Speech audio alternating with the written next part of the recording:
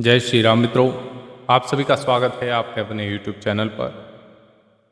आज के प्रसंग को शुरू करेंगे उससे पहले माँ आदिशक्ति वेद माता परम पूज्य गुरुदेव के श्री चरणों में सशत वंदन करते हुए आप सभी से विनम्र निवेदन करता हूँ कि गुरुदेव के साहित्य को जन जन तक पहुँचाने में हमारे साथ सहयोग करें और इन प्रसंगों को ज़्यादा से ज़्यादा अपने परिवारजनों और मित्रों के साथ साझा करें।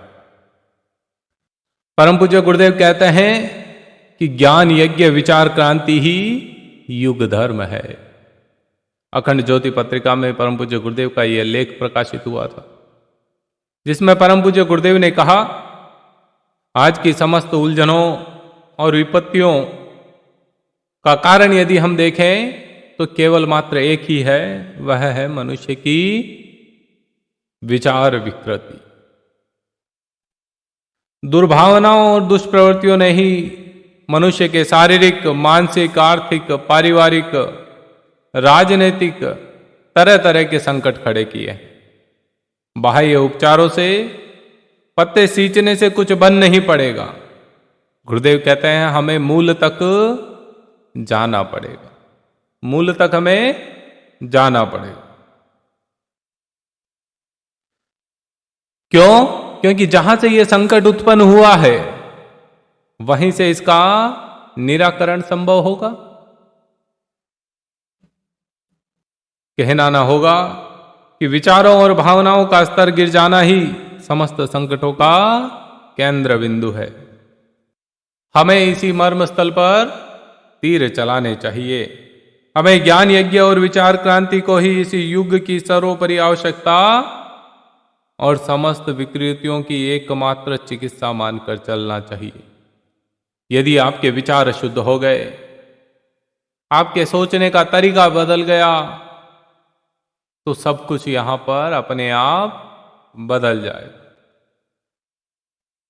गुरुदेव कहते हैं कि यही एकमात्र उपाय है जिससे मानवीय विचारणा व आकांक्षाओं को निकृष्टता से उत्कृष्टता की ओर प्रेरित कर सकते हैं। ज्ञान यज्ञ की सारी योजना इसी लक्ष्य को ध्यान में रखकर बनाई गई है। हमें अर्जुन को लक्ष्य भेदते समय मछली की आंख देखने की तरह केवल युग की आवश्यकता विचार क्रांति पर ही ध्यान देना है। गुरुदेव कहते हैं अर्जुन ने जब लक्ष्य भेदा था उस समय केवल उसे एक मछली की आंख ही दिखाई दे रही थी, बाकी सभागण और भी कुछ दिखाई नहीं दे रहा था। यदि हमें भी युग परिवर्तन करना है तो क्या करना पड़ेगा? विचार क्रांति अभियान को तीव्रता के साथ जन जन तक पहुंचाना पड़ेगा। गुरुदेव आगे लिखते हैं, केवल उन्हीं परमार्थ प्रयोजनों को हाथ में लेना चाहिए जो ज्ञान यज्ञ के पुण्य प्रयोजन पूरा कर सके। कार्यक्रम बहुत है, लेकिन उन सब से अपना मन हटा लें। शक्ति यदि बिखेर दी जाए तो कोई भी काम पूरा नहीं होता। संगठन में शक्ति, इसीलिए संगठन का निर्माण किया गया और उस शक्ति का युग निर्माण में प्रयोग किया गया।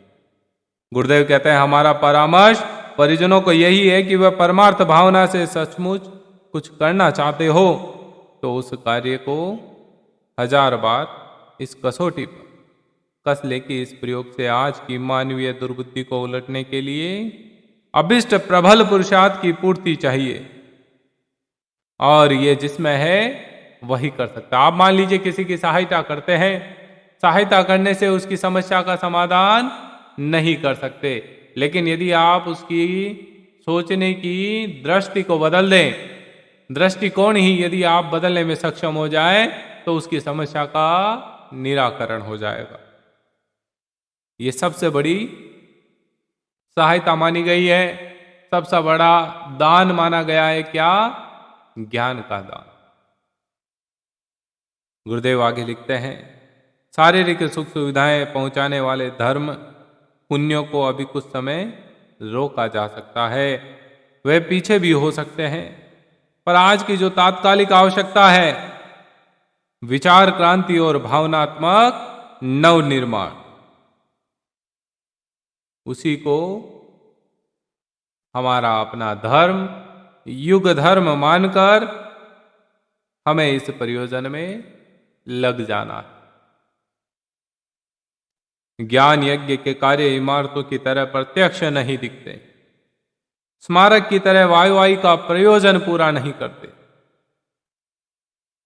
तो भी इसकी उपयोगिता यदि हम बात करें तो किसी से कम नहीं। ईंट चूने की इमारत बनाने की अपेक्षा इन भावनात्मक परमार्थों का परिमाण लाख करोड़ गुना अधिक है।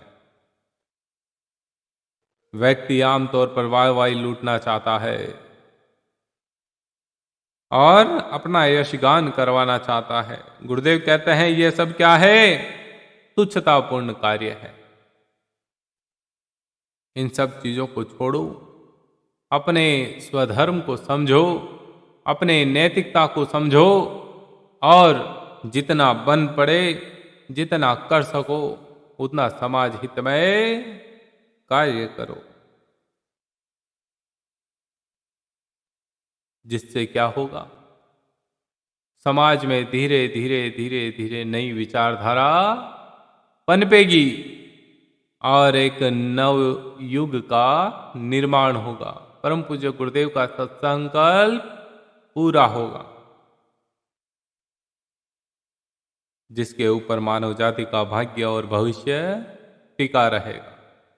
गुरुदेव कहते हैं यह प्रक्रिया ज्ञान यज्ञ का होता हुए बिना किसी प्रकार से पूरी नहीं हो सकती। आप हमसे जुड़े हैं, केवल जुड़ने से काम नहीं चलेगा, कार्य करना पड़ेगा। हमें उन परिवारजनों की जरूरत है जो हमारे क्रांतिकारी साहित्य को जन जन तक पहुंचाए, जो पढ़ता हो उसको पढ़वाए, जो अनपढ़ हो उसे पढ़कर सुनाए और गोष्ठियां करके लोगों में हृदय परिवर्तन, दृष्टिकोण परिवर्तन का बीड़ा अपने कंधे पर उठाए। वही हमारे सच्चे शिष्य है, सच्चे साधक है, गायत्री परिवार के अहम स्तंभ है। प्रिय सज्जनों, ये आप परम पूज्य गुरुदेव के आह्वानों को सुन रहे हैं।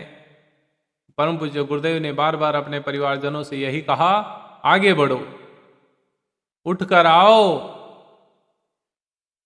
और